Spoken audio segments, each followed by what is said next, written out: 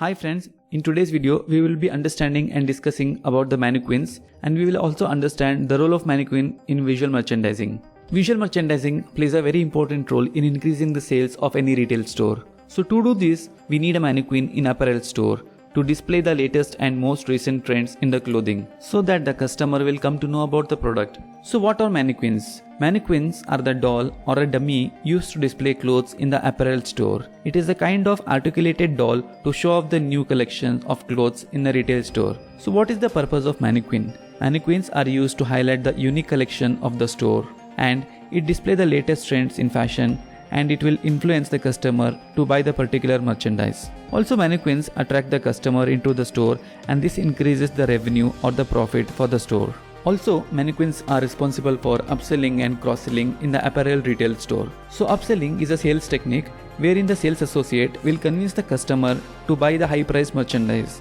And cross-selling is a sales technique wherein you will sell one extra item or one extra merchandise to the customer. So if the shirt is displayed on a mannequin with attractive trouser, then the customer is attracted towards it and he may purchase both shirt and trouser at the same time. Sometimes the customer might not understand how a particular shirt will look with a particular trouser. Here, with the help of mannequin, you are helping the customer to understand what looks good and what does not look good. So friends, there are certain points to be considered while choosing a mannequin, which are discussed as below. Make sure that the mannequin is not heavy and it should not act as the object of obstacle, that is, the mannequin should not block the visibility of other merchandise behind it. The second point is that the mannequin should never be kept at the entrance or exit of the store because it will block the way of the potential buyers. The third important point is that the clothes should look perfectly fitted on the mannequin, that is, we have to avoid unnecessary pins on the mannequins. Also, we have to carefully select the merchandise what you want to display on the mannequin, and the mannequin should not be dirty or have unwanted stains on it.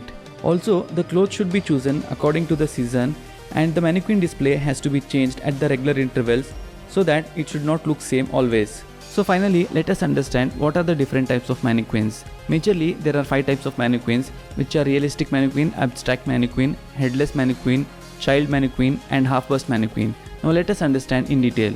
So what is realistic mannequin? These are the mannequins designed to look like a real person. These are mostly used in high-end and expensive stores. And the second type of mannequin are called as abstract mannequins. These are close to real and have characteristics like muscles, elbows, and fingernails. The third type of mannequin are called headless mannequins. These are the abstract mannequins without the head as shown in the picture. And the fourth type of mannequin is called as child mannequin. These are the abstract type or realistic type with the size of the child. These mannequins have childlike structure to display the kids' apparels. And the fifth type of mannequin is called half-bust mannequins. These are those where only the half abstract mannequin is displayed as shown in the picture.